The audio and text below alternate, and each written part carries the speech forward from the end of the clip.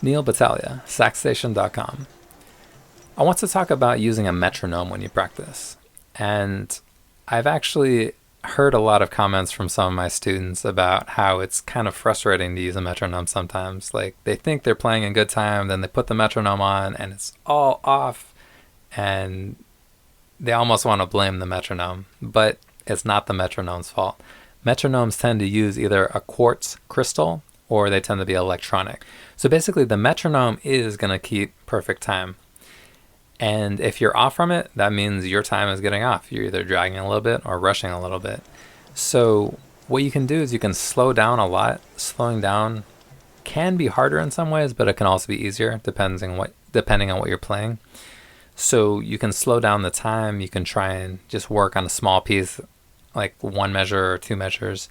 And you want to be able to play with a metronome. You want to develop your internal sense of time.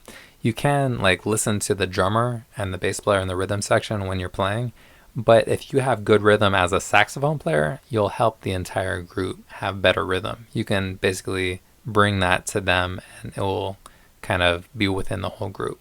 So you can rely on the drummer. You don't want to all the time. And also if you have bad time, it can throw off the group.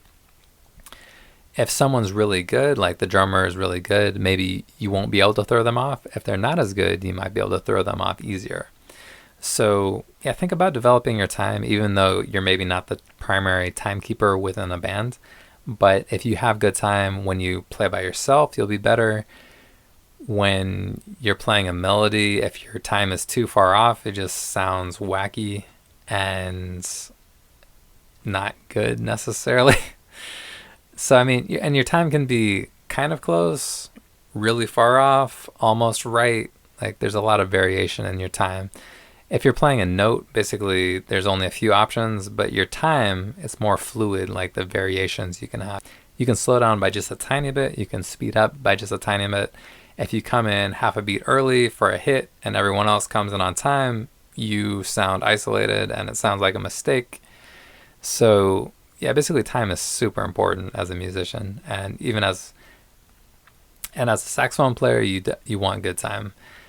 Sometimes there are songs that are kind of more rubato that you don't need as clear a sense of time, but a lot of music has a very clear sense of time.